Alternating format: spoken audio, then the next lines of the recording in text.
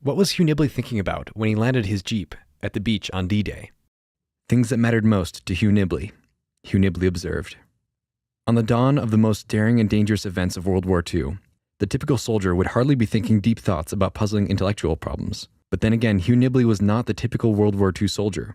In the book Hugh Nibley Observed, Jack Welch recounts the story as follows.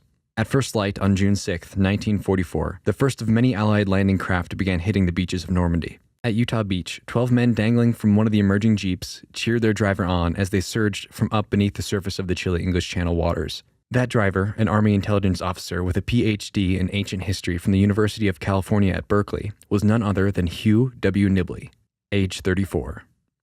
While preparing for the invasion, Hugh had visited several antiquarian bookstores in London, walking out with armloads of Arabic and Greek literary treasures. He had also, on the sly, slipped a copy of the Book of Mormon into one of the 55 pockets on his regimental intelligence corps fatigues.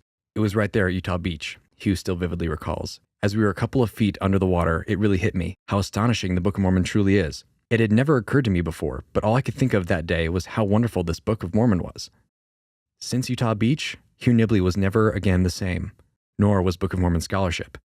A few years later, Nibley published Lehi in the Desert, the first of many books he would write on the Book of Mormon. Nibley's pioneering research provided the foundation for additional discoveries by other researchers, generally confirming and enriching his early hunches.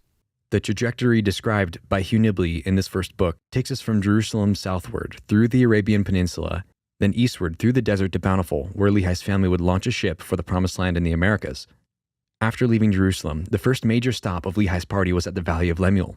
Nibley noted not only the ancient custom Lehi followed in giving a name to the valley's features, he also discovered that Lehi's expressions followed the conventions of Arabic Qashida, known as the oldest actual poetry of the desert. It was not until 1999 that George Potter made the first plausible proposal for a specific Arabian location for the Valley of Lemuel. Consistent with scripture, the river runs continually. A claim for such an improbably flowing stream in arid Arabia could not have been checked until well after 1830.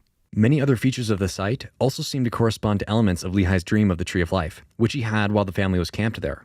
At a place called Nahom, Lehi's family buried Ishmael.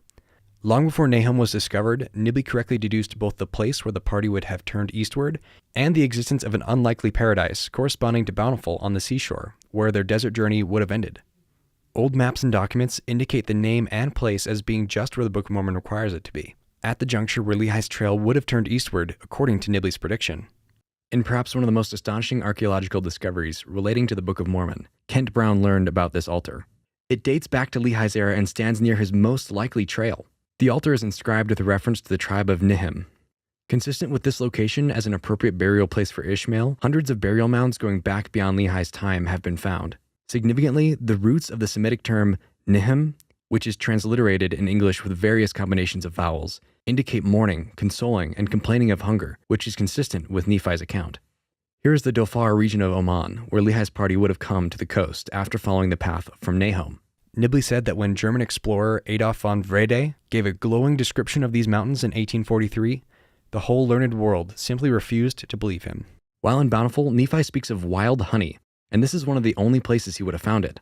Nephi would have required a convenient source of ore to create tools and materials for his boat. BYU researchers discovered iron deposits on the surface features of the area some years ago. More recent actual slag from copper and iron smelting has been found, confirming that this readily available ore was exploited in ancient times. All these discoveries, built on the pioneering clues provided by Hugh Nibley, not only increase evidence for the authenticity of the Book of Mormon, but also help us make sense of details that its prophetic editors purposefully included in the text for our benefit. In a letter exclusively published in the book Hugh Nibley Observed, he wrote to Jacob Neusner, "What intrigues me at present about the Book of Mormon, independent of all other conditions, is the immense scope and detail of the story under a deceptively, even naively, simple first appearance. Thanking you again for your kindness, I remain yours truly, Hugh Nibley." Hugh Nibley's deep interest in the restored gospel of Jesus Christ led him to many discoveries of importance to Latter-day Saints. The book Hugh Nibley Observed tells the story of the man and his work. For more information, visit interpreterfoundation.org/books.